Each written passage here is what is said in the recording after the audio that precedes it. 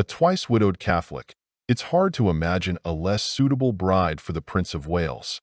That's what everyone thought, except for Prince George. Maria Fitzherbert became his beloved and wife, and even after subsequent marriages and affairs, he died with her portrait close to his heart.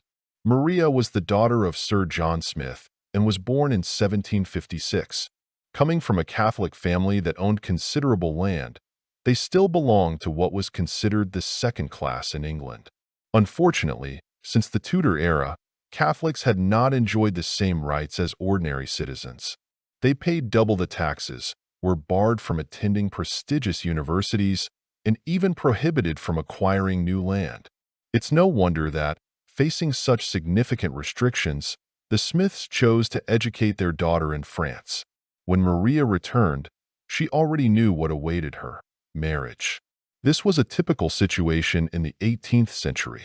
Edward Weld was 16 years older than his bride, but came with a substantial fortune. Life at Lulworth Castle, where Maria became the mistress, was peaceful and prosperous.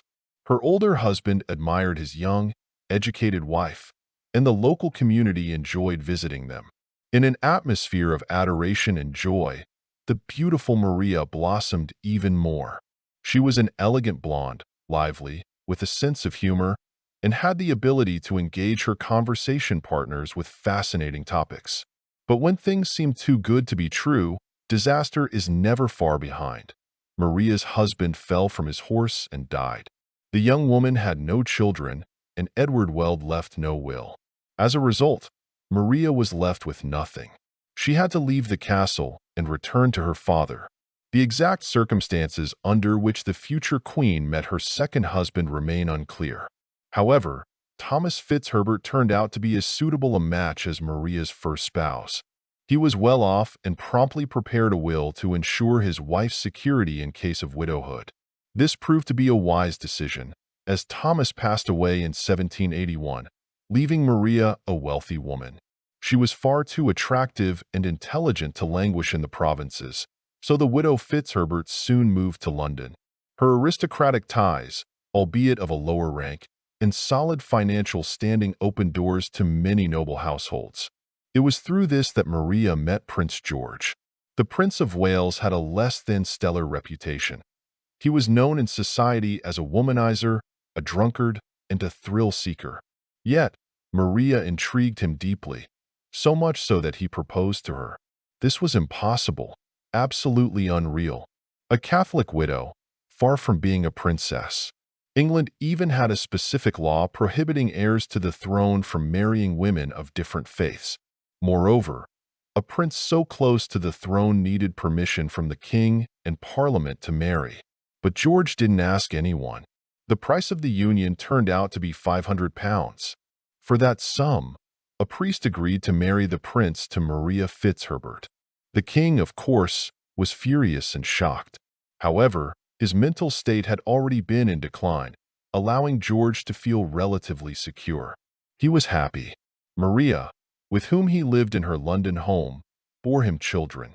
But, of course, they could not be considered heirs to the throne. George was not known for his constancy, and this was the main reason for their scandals. He also indulged in a lifestyle of partying and gambling, racking up debts of £500,000, which Maria Fitzherbert had to cover from her own finances. King George III was furious. His son's escapades had long been a source of frustration, but this was beyond the pale. A secret wife, children with her, debts, debauchery, and drunkenness. The king decreed that his son must marry, immediately, to a princess. By the time a bride was chosen, the relationship between George and Maria had begun to crack. The prince had taken a mistress, with whom he openly paraded around. The legal wife felt insulted. Their meetings became less frequent. But when Caroline of Brunswick arrived in London and George met his intended bride for the first time, Maria once again felt the full force of George's love. He was by her side constantly, showering her with gifts and swearing his loyalty. The union between the Prince of Wales and Caroline of Brunswick turned out to be disastrous and unhappy, primarily for the newly minted princess. George despised her, constantly insulted her and behaved provocatively. After Caroline gave birth to a child, this time a legitimate heir to the throne, he took the girl away purely out of spite. But the situation was ambiguous.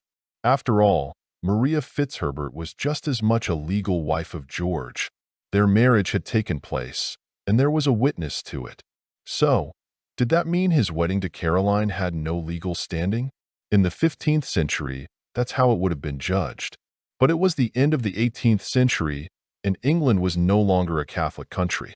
So when Maria appealed to the Vatican to recognize her rights as the legitimate Princess of Wales, and the Pope confirmed them, they merely smiled in London. What did it matter what Rome had to say? England had its own Anglican Church, and according to its canons, Maria was no wife of the heir to the throne, just another mistress. George and Maria oscillated between reconciliation and conflict. After a while, the prince became enamored with Lady Hertford and easily cast aside his former flame.